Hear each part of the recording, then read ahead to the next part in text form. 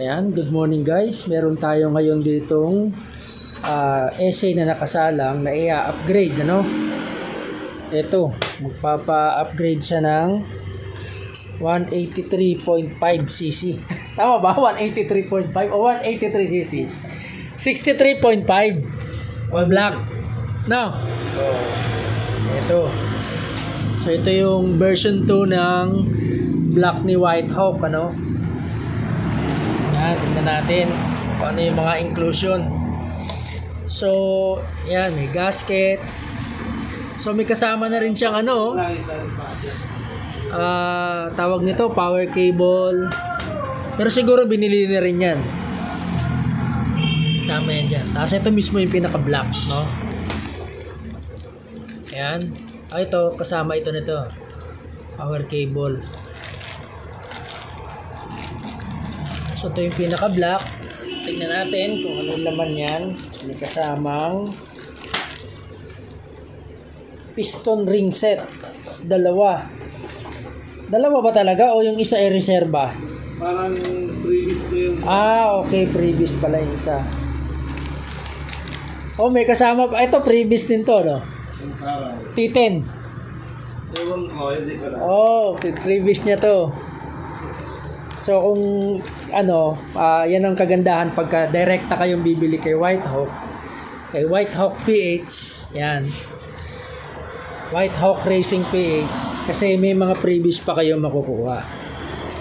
So ito na yung 63.5 na cylinder black. Yan.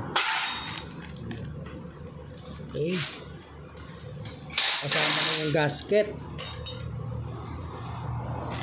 Balik muna natin.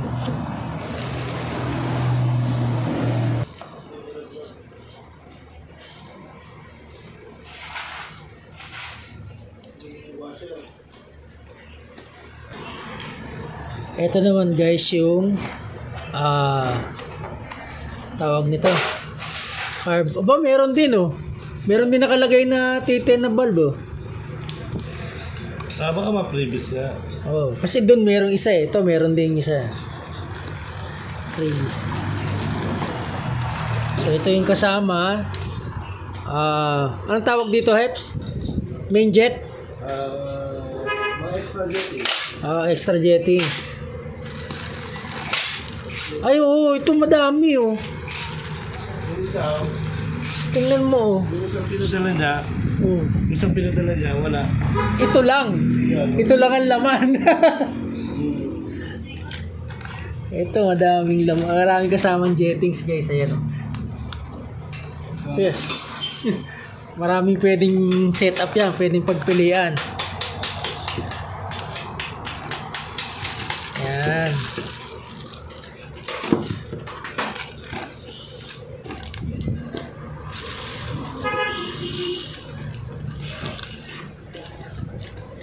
Hello. Interview natin mamaya.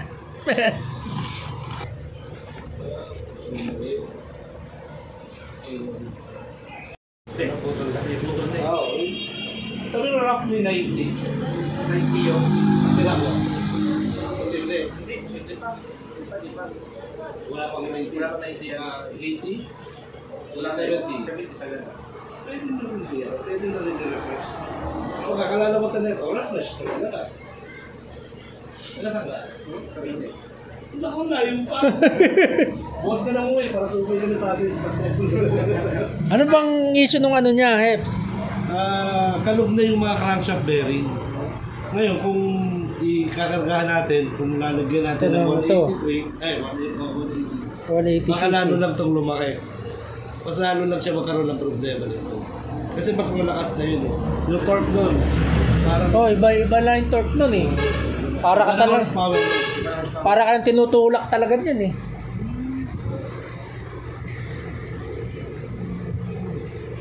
Engine, biyak makina pa. Alanganin naman ako gumalit. Kasi sira. Dito, kanina inaalog ko siya, wala.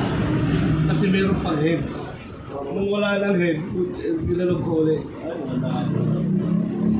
Natuyo ano ba ito? Ha? Hindi pa. meron talagang mga galing sa kasa na hindi lahat. Yung iba, gaya ng Tiwarlo. 11 years na wala. First owner kayo niyan, sir? Oo. Tiwarlo, 11 years na wala. Medyo sa akin nga, 13 eh. 11 ang tama, version 1, daughter. Napagkamalang lang nating merong tama, pero hanggang ngayon wala pa rin.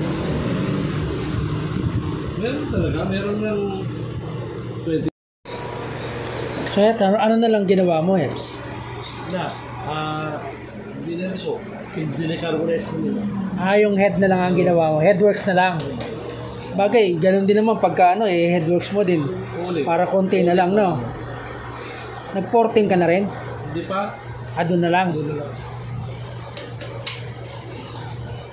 May nagtatanong yan, Heps eh. Kung kasama na ba yung porting? Hindi pa. So, separate job order yun, ano? Kung gusto lang magpadagdag pa. Okay. 40 lang. Walang polish. So, kaya hindi siya natuloy dahil dito may alog na yung bearing. Malaki yung